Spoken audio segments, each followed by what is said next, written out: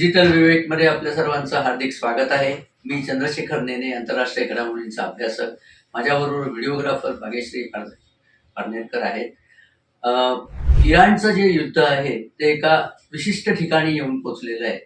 आज सकाळी सगळ्या जगाची अशी समजूत होती की इस्लामाबादमध्ये शांती वार्तेचं दुसरं पर्व सुरू होईल, परंतु या दुसऱ्या पर्वाला सुरुवातीपासूनच नाट लागला होता. इराणच्या लोकांनी सांगितलं होतं की तुम्ही इकडे सांगता की शांती वार्ता सुरू करायची आणि तिकडे आमच्या जहाजावर हल्ले करता, हे काही चालायचं नाही. त्याचं झालं असं की काही दिवसापूर्वी आपल्याला माहिती आहे की इराणचं एक कार्गो शिप होतं. त्या कार्गो शिपवरती अमेरिकेच्या नौदलाने हल्ला केला. कार्गो शिपचं नाव होतं टुस्का. टुस्का हे इराणमधल्या एका झाडाचं नाव पर्शियन भाषेत आहे.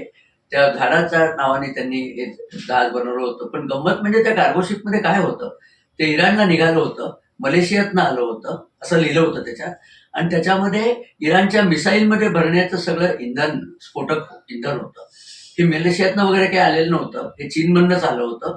लोकांची दिशाभूल करायला मलेशिया वगैरे नावं त्यांनी वापरली होती. अमेरिकेने अर्थातच ते जप्तच केलंय. त्यामुळे ते कार्गो शिप काही इराणला ते परत देणार नाहीत. आणि काल तर त्यांनी हिंद महासागरामध्ये इराणचा एक टँकर ताब्यात घेतलेला आहे. म्हणजे आता ही लढाई होर्मुझच्या आखाताच्या बाहेर निघालेली आहे आणि इराणला जिथे जिथे इराणी जहाजं असतील तिथे तिथे ती कॅप्चर करण्याचे आदेश अमेरिकन नेव्हीला मिळालेले आहेत. अमेरिकेची नेव्ही म्हणजे अमेरिकेचं नौदल हे इराणच्या पेक्षा खूपच जास्ती शक्तिशाली आहे. त्यामुळे जगभरात कुठेही इराणचा व्यापार थंड पाडणं त्यांना सहज शक्य आहे. त्याशिवाय ट्रम्प यांनी नाकेबंदी तर चालवलीच आहे.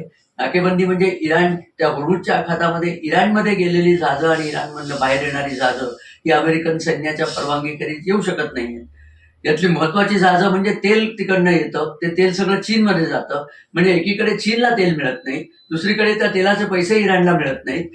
इराणची जी राजवट आहे ज्याच्यावरती IRGCचा पूर्ण कंट्रोल आहे, म्हणजे त्या राजवटीत तुम्हाला वाटतं तसं अध्यक्ष, त्यांचा स्पीकर ऑफ द असेंब्ली गालिबेव म्हणून आहेत, अध्यक्ष मसूद पेजिशकियान आहे. त्या दोघांचाही काहीही रोल याच्यात नाहीये. कारण IRGCचे जे कमांडर आहेत, वाहिद म्हणून त्यांचा सध्याचा जो कमांडर आहे, त्यांनी सांगितलंय की मी सांगितल्याशिवाय तुम्हाला काही करता येणार नाही. आणि अमेरिकेने हा हल्ला केल्यानंतर कालचा इराणनी तर एक मिसाईलची परेड भरवली तेहरानमध्ये का इस्फहानमध्ये कुठेतरी मिसाईलची परेड भरवली की आम्ही किती शक्तिशाली आहोत. आपण नाही का 26 जानेवारीला परेड आपण मिसाईल सगळे नेतो असं दाखवलंय. म्हणजे दाखवलंय की आमच्याकडे खूप शस्त्र आहेत, सगळा बनाव आहे. त्यांच्याकडे शस्त्र असते तर त्यांनी ती केव्हाच वापरली असती. त्यांची राजवट खरं म्हणजे टेकीला आलेली आहे. पण गिरे तो भी टांग ओपर ही जी वृत्ती आहे ती त्यांची अजून त्यांनी मजबूत ठेवलेली आहे. आणि तोंडाची वाघ भरपूर त्यांना दवडता येते. हल्ले त्यांच्या तुलनेने कमी झालेले आहेत. इस्रायलवरती त्यांचा हल्ला थोडा कमी झाला. अमेरिकन सैन्यावरती त्या हल्ला अजून त्यांनी केलेलाच नाही, म्हणजे अमेरिकन नेव्हीवरती ते अजून हल्ला करून झटलेले नाहीयेत. पण इराणच्या आजूबाजूचे जी राष्ट्र आहेत, गल्फ स्टेट ज्यांना म्हणजे खाडीतले देश आपण म्हणतो की संयुक्त अरब अमिराती आहेत, सौदी अरेबिया आहे, कतार आहे, बहारीन आहे, कुवेत आहे, या सगळ्यांना सुद्धा आपलं तेल विकता येत नाही. कारण होर्मुझच्या आतमध्ये इराणचा पहारा आहे आणि बाहेर ट्रम्पचा पहारा आहे. बाहेर जर आलं तर ट्रम्पचे सैन्य त्यांना घेऊन, म्हणजे इराणचं नसलं तर ते सोडेल, आणि आतमधलं जर असलं तर इराण त्यांना बाहेर येऊ देत नाहीये. आणि इराणची स्वतःची जहाजं सुद्धा बाहेर येत नाही. म्हणजे काय की जगाची जी पाईपलाईन आहे, जगाचं 20% इंधन जिथून येतं ती होर्मुझची समुद्रधुनी पूर्णपणे बंद पडलेली आहे. आता ही उघडायची पाळी जर ही उघडली नाही गेली तर इराणची अर्थव्यवस्था जी मुळातच मरणपंथाला लागलेली आहे ती मृतप्रायच होणार आहे. आणि कदाचित हाच ट्रम्प यांचा डाव असावा की नुसते बडबड करत राहायची, बोलणी करायची.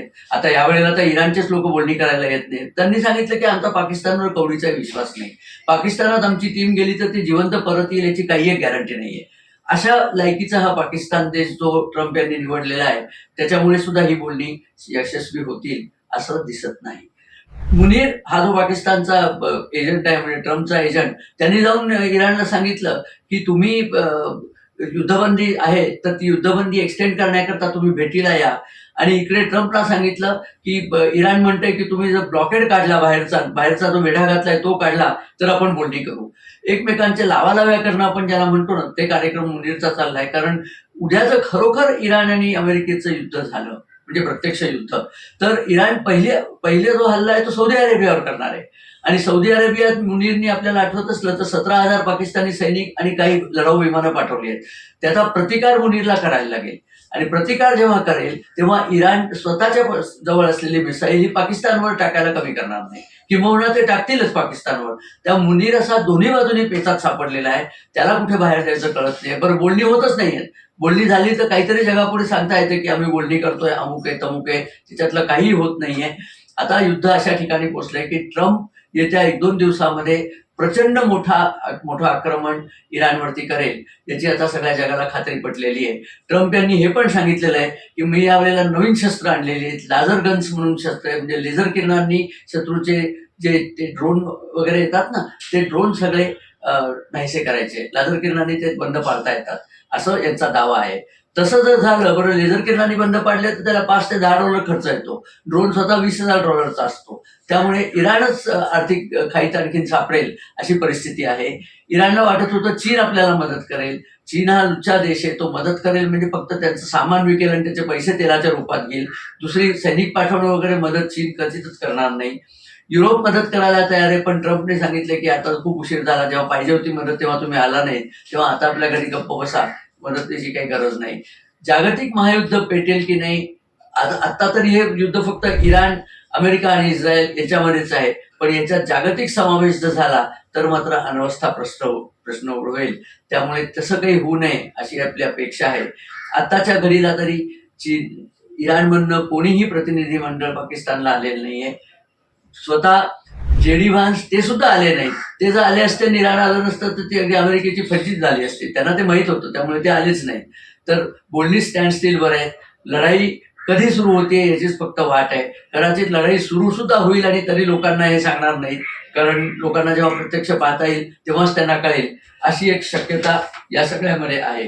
आणि एक आपल्या 18 एप्रिलला त्यांनी 2 भारतीय जहाजांवरती जो हल्ला केला होता, त्यातलं एक जहाज चेन्नई येथल्या सन्मार ग्रुपचं आहे आणि त्या जहाजावरती हल्ला झाला होता. ते VLCC very large crude carrier ship होतं. 20 लाख बॅरल तेल त्याच्यावर होतं. गंमत म्हणजे ते तेल इराणी तेल होतं आणि आपण इराणच्या परमिशन मधनं ते तेल विकत घेतलं होतं, तरी हा हल्ला झाला. कारण इराणच्या सरकारने जरी परमिशन दिली तरी ते जे कट्टरपंथी IRGC आहेत ते यांचं ऐकतातच असं नाही आणि त्या गैरसमजातनं हा हल्ला झाला. आपण इराणी राजदूताला बोलून त्याची चांगलीच कानउघाडणी केली. आता तो हल्ला थांबलेला आहे. आता पुढे काय रिपेअर्स करायला लागतील की काय ते त्यांच्या मनात आहे. रिपेअर झालं तर ते कंटेनर शिप परत भारतात येईल तेलासकट, अशी सध्याची मांडणी आहे.